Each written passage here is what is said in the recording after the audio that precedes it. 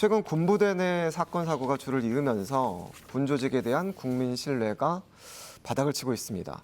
해병대 대민 지원 중 최상병이 순직한 사건으로 국회에선 여야가 치열하게 충돌하고 있고 얼마 전 인제한 신병 교육대에서는 과도한 군기 훈련으로 훈련병이 숨져서 국민적 공분을 사기도 했습니다.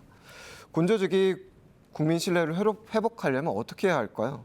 이런 군부대 사건 사고가 접경 지역에 악영향을 끼칠 수도 있을까 걱정입니다. 두 분 좀 어떻게 생각하십니까? 강태규 변호사님은. 네, 일단은 훈련병 사망 사고 같은 경우에는 사실관계가 이미 언론에 많이 보도가 되었고 또 실체적 진실은 법정에서 밝혀질 것이라고 보여집니다. 저는 약간 결을 달리해서 얘기할게요. 아마 원론적인 얘기나 전문적인 얘기는 유정배 위원장님이 많이 해주실 것 같고 결을 달리해서 이거는 의료 문제적인 관점에서 접근을 좀 해볼 수도 있다 말씀을 드리겠습니다. 원인은 과도한 불법 지시나 과도한 불법적인 훈련 지시인데 어떠한 군대 훈련 내에서 뭐 불법 지시든 합법 지시든 다칠 수가 있죠. 네. 다칠 수가 있는데 그것을 병원에 이송을 했을 때 병원조차 준비되어 있지 않다고 하면 이거는 무용지물이 되는 것입니다. 그래서 결과가 과중돼서 뭐 사망을 하던가 상해가 이루어지는 것인데 지금 훈련병 사망 사고의 경우에도 다발성 신부전증입니다. 네. 어떠한 급격하게 신체가 저하돼서 장기들이 손상이 되는 그런 것인데 급성 신부전증 같은 것이죠. 이것은 약물을 급하게 투여를 하던가 응급처치를 하던가 신장에 문제가 있으면 급하게 투석을 하던가 하면 살아날 수 있는 그러한 병입니다. 그런데 이 훈련병을 병원으로 너무 늦게 옮기기도 했는데 딱 병원에 옮겼을 때 의사들이 준비하고 있다가 응급처치를 했으면 충분히 살아날 수도 있었다는 그런 의견이 제시되고 있는 가운데 우리 강원도의 경우에는 이런 군부대 훈련뿐만 아니라 농업인들이 많으신데 또 산림 임업인들도 많고 폭염 속에서 일을 하다가 저하되면 나올 수도 있는 이러한 질병입니다. 병원으로 실려갔을 때 이 접경지 근처에 이 의료 행위를 충분히 할 수 있는 병원이 과연 있을까라는 걱정이 좀 되는 것이고요. 사실 이러한 문제점 때문에 접경지 말고 강원도 전반적으로 봤을 때 지금 현재 강원도 8명의 국회의원 중에 한두 명 정도는 보건복지위원으로 좀 갔으면 좋겠다라는 개인적인 희망이 있었는데 좀 그렇지는 않은 것이고 만약에 간호법이라도 통과가 되었으면 그러면 간호사분들이 집집마다 방문을 해서 예방의학을 할 수 있는데 그렇지도 않은 것이고 지금 의대 정원을 늘린다고는 하는데 이게 의대 정원 늘리는 게 잘 해결되더라도 10년 있다가 늘어나게 된 정원이거든요. 네네. 그래서 아마 앞으로 10년 동안은 뭐 군부대 문제든 강원 접경지의 농업인이든 의료 취약 문제가 여기에 연계가 돼 있다라고 말씀드리겠습니다. 그 의료 취약 문제까지 말씀을 해주셨고 우리 유정배 위원장님은 네. 어떤 생각을 가지고 계십니까? 그냥 뭐 포괄적으로 말씀해 주셔가지고 전 의료 문제의 관점에서 이 문제를 사실 고민해 보지는 못했고요. 네네. 뭐 타당한 측면도 네. 있다 이런 생각이 드네요. 먼저 이 군 복무 중에 순직한 우리 장병들 진심으로 명복을 빕니다. 네.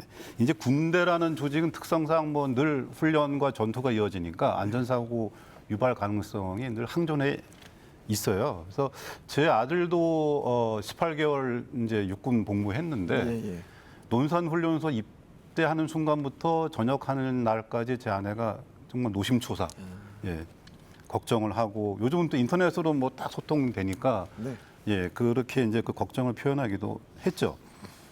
제가 이제 오늘 이 토론회의 주제를 접하고 나서 제가 개인적으로 알고 있는 예비역 장성들 몇 분한테 도대체 최근 들어서 이렇게 최해병 문제나 이런 문제가 왜 이렇게 갑자기 더 많이 드러나고 있는가에 대해 이렇게 이제 물어봤습니다. 그랬더니 그분들은 여기 뭐 2군단에서 참모장으로도 근무하신 분도 있고 등등 이런 분들인데 이 지휘관들의 잘못이라는 겁니다. 첫 번째 원인은. 그분들이 잘못된 판단을 해서 또 잘못된 지휘를 하는 바람에 국민들에게 군에 대한 불신을 너무 키우고 있는 거에 대해서 그 걱정을 많이 하고 있더라고요.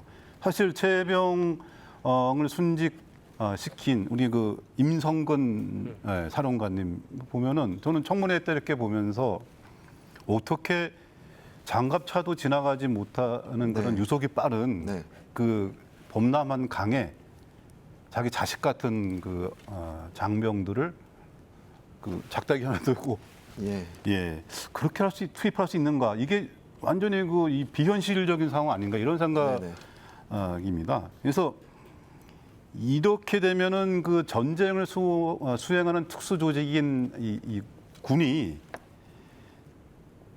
사실은 이제 군내 규율과 이 법치주의가 무너지는 거 아니겠어요? 네. 그러면 공적 권위가 지휘관의 공적 권위가 무너지게 되면 요즘 시쳇말로 당나라 군대 되는 거죠.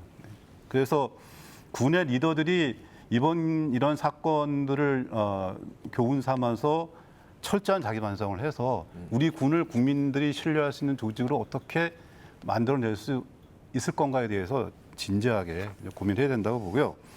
저희 지역구는 이제 그 하급 간부인 그 부사관 출신들이 많습니다. 네네네. 예. 예. 뭐 자영업 하시는 분들도 많고 그분들이 요즘 이제 그 옛날 군대, 요즘 군대는 옛날 군대하고 비교해봤을 때 군대도 아니다 이렇게 얘기를 하면서 아이들 너무 풀어주고 그에 따른 일련의 책임을 고급 간부들이 안 진다는 겁니다.